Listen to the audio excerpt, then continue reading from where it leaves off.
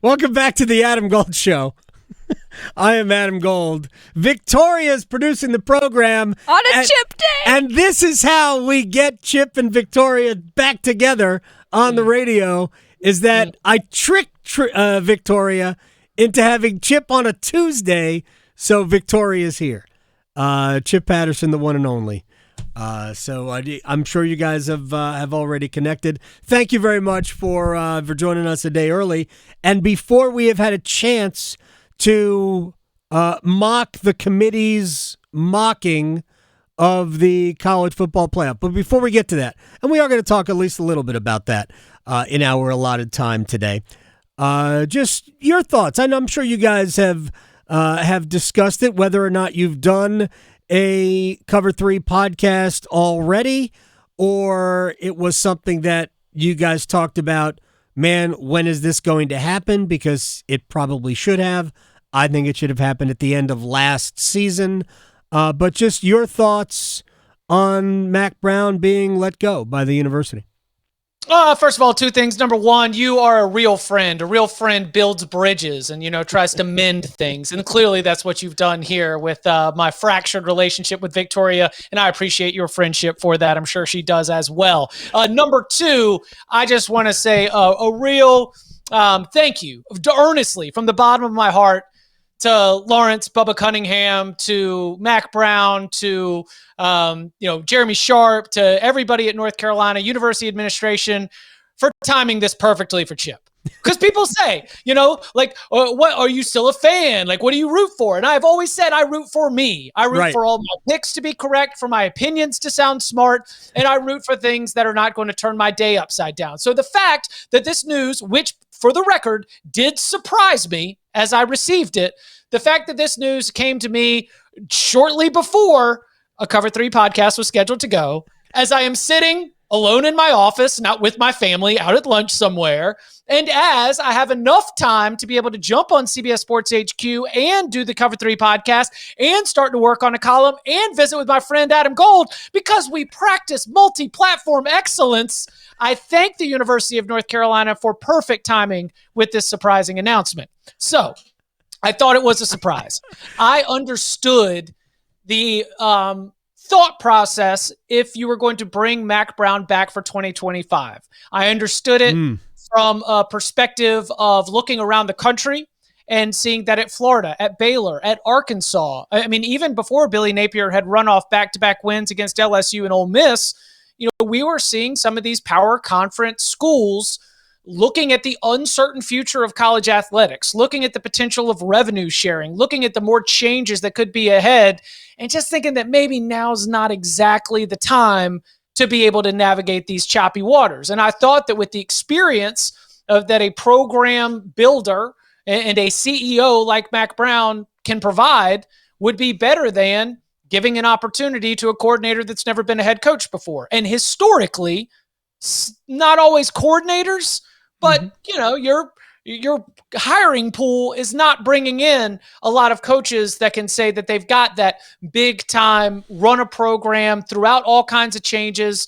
Those are things that I thought made sense when it came to bringing Mack Brown back. However, now that the news has happened, now that we've had some time to digest it, talk about it, and I've had a time to reach out to some people within the industry, it is potentially a very, very shrewd move. Because what North Carolina is right now, as Florida, as Arkansas, as all these other schools are not making moves on their coach, North Carolina is the number one job in the coaching carousel. And North Carolina has not been the number one job in the coaching carousel. Right. That when we've got our revenue sports changes that have happened recently, getting Larry Fedora out was spoken or unspoken, reported or unreported, likely packaged with bringing Mack Brown in. Yes. Not to mention that coming off of 2-win season, 3-win season, it just was a program that was not in a good, healthy place. It was not as attractive a job as it could have been. Obviously, when Butch Davis is out and you have to reach down to Conference USA to go get Larry Fedora, you've got a program that is in the middle of an NCAA investigation. Butch Davis, because he wasn't employed at the time, was not really as much of a traditional search, especially when you go back and you try to remember the timeline. Oh, yeah. And fired John Bunting, in the middle of the season. He showed up at the press conference wearing a light blue, just regular button-down that did not have any UNC logo on it. It was like you can't take the university off of me, but you could rip the university logo out of my heart, type of a deal. And I love John. John is still somebody I communicate with. I've just although it's been a while, but I loved John Bunning here. So let's position ourselves. North Carolina's never had this position. North Carolina has not, like in the modern era, North Carolina has never been as attractive of a job against the competition in a coaching cycle as it is in 2024. And that is a credit to Mack Brown and the work that Mack Brown has done during this last tenure to be able to repair a lot of things that were broken. And so now I ask the university, are you going to make a serious football hire? Because, look, okay. No, I'm with you. I'm with you. The realm of possibilities includes some unserious football hires. So the realm of possibilities includes a safe hire, a cheap hire, a hire that just kind of makes sense, an easy hire. There is the potential, again, because as I spoke to somebody, this was the quote, North Carolina is the belle of the ball. The coaching carousel runs through Chapel Hill. Uh-huh. Well, okay. So what are you going to do with it? What are you going to do with this opportunity? Here's why it is the belle of the ball. And it might have been otherwise, and it might still be because it's only November 26th. So we're not. No, but it won't be next year. Okay, what I'm saying is I don't believe this year is over, even though Florida, Arkansas, Baylor all decided to stay put with their coaches. And look, Billy Napier might end up honestly working out at Florida. I don't know. They're certainly playing better now. But I was listening to one of my favorite podcasts, the Cover 3 podcast, Chip Patterson. I'm not sure you've heard of it. You should rate, review, and subscribe.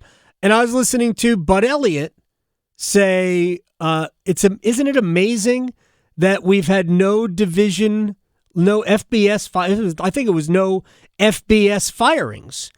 And he goes, he set the over-under at 0.5. I remember that from the Cover 3. And I'm like, well, he said power conference, but you're right. Okay, power conference. Yeah. Don't forget that literally half of the American Athletic Conference fired their coaches. That's right. Was it? I think it might be more than half, right? Yeah, it's 6 AAC jobs, and with Blake Harrell getting the full-time tag, and it looks like Davidson's head coach is going to end up going to Temple. Some of those are starting to fill up right now, but yeah, the point that you're making is we thought that there would be none. But I think I did follow that up with, it's looking like we're just basically on retirement watch. And this is a firing, and the mechanics of this are messy, as I understand it. Yeah. Because our mutual friend, Bomani Jones, who was on with us last week, and specifically to talk about Mack Brown, because last week we got the news leaked through the college football insiders that Mack was coming back. He was telling people that he was going to come and coach. It was not Mack was coming back. You always have to be really careful with the wording. Leaning towards the report. No, the wording of the report was Mack was telling people he was coming back. Right. And so again, my response was, so would I if I was Mack Brown. The report was not sources at the university have said Mack Brown is coming back. The wording of the report was Mack Brown is telling players, staff, and recruits that he'll be back for 2025. And I think Mack wanted to be back for 2025. Oh, he definitely wanted to come back for 2025. Because I know how I listen to the Cover 3 podcast a lot, and I have spoken over frothy beverages with you and with Bud and with Danny Cannell. I have yet to meet face-to-face with Tom Fornelli, which may or may not be a good thing. I'm not sure. But so I know you guys well enough. Don't you believe that everybody wanted this to really, other than Mack Brown's side, that everybody at the university really wanted this to end last year? Oh no, I can't say that confidently. No, definitely. I think so. I think the university wanted this to end last year. That's what it is.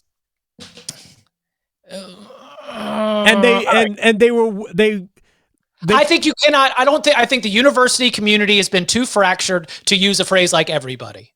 I think you're right. You're right. I think there's been way too much division, even within the board. We had a university president who just straight up packed up and left for Michigan State. Yeah. Then the interim comes in. Is he even going to be there? Did we even do a fair university president search? And there's just been way too much at the administrative level. Bubba went to some meetings and they tried to cook him. Right. It was.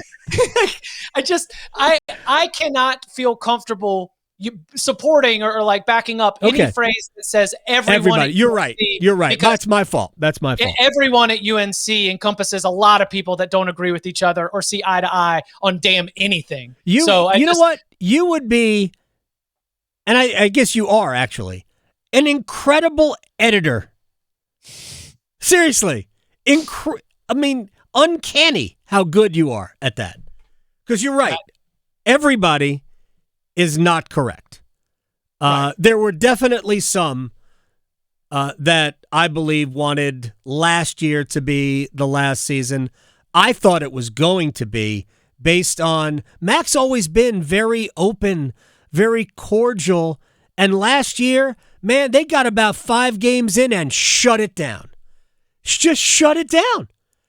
And so I thought last year was really the end. And conversations I've had, I think enough people, well, maybe that's not even right. I'll have to beg your forgiveness. But there were some people who thought that last year should have been the end. But regardless, it has to be the end now. Do you have anything else that you think is important about this before I spend 3 minutes on the college football playoff? The opportunity, the candidates that you hear are going to be far-reaching because it is the best job available. Sure. And I would not jump on any one of them because I think that it will be a search with due diligence. I think it will be a it's almost English, a proper search. Should be. It should be. Again, this is not something to be handled by a few. This should be a well thought out, well executed search based on the opportunity that's there. Oh, here's my last point. This is good. I'm sorry, college football playoff, but this is important. All right. So there's another university at the power conference level that has always been viewed as a basketball school. And some important people sat down with this university's important people, and they said, your banners are cute, and we love your passion, but if you want to sit at the big boys table in the foreseeable future, you need to start being a serious football program. Right. And that program went and hired Curt Cignetti. And when Curt Cignetti started winning, they gave him a contract extension that would make him one of the highest paid coaches in the ACC. And in that contract is a boatload of money for all of the assistants and all of the support staff. Indiana decided to be serious about its football program to secure its long-term future. Because I'm not talking about conference realignment. I'm not talking about Big Ten or SEC. I'm talking about if there truly is a schism division-wide at the NCAA level, or if the NCAA ceases to exist, being a great basketball school is not a guarantee to being able to get on the other side of the fence. And so Indiana was told, if you really want to make it to the other side of the fence, being a part of the Big Ten is not a guarantee. Got to get serious about this football program. See, that's true. Staying within, because I think you and I are probably in the same page. So, yes, our college football conversation will wait until next Wednesday. But that's fine, because they're just going to fake it again on, Tuesday of next week. So the talking points are, how far is the SEC team that ain't making the playoff going to fall? I mean, I think the talking point is really about Indiana versus SMU. And I'm going to throw Clemson. And I sent you my bracket, which included both SMU and Clemson, but not Indiana. That's just my bracket. I'm not trying to predict what they're going to do. But again, we're going to have to wait for that conversation until Wednesday after we're done digesting Thanksgiving, whatever. Clemson's going to lose to the Chickens. They might, and that's fine. I can tell you that having a banged-up offensive line against South Carolina is a horrendous position to be in. And that's fine. And if and when they lose, boom, they're done. They're not getting, well, I mean, it's debatable whether they'd get in just with that win. Anyway, but I think you and I are on the same page about the world of college football and what it looks like 10 years from now. Might be unrecognizable to people like me, more so than you, although I mean you're significantly younger than me, but you're not like 11.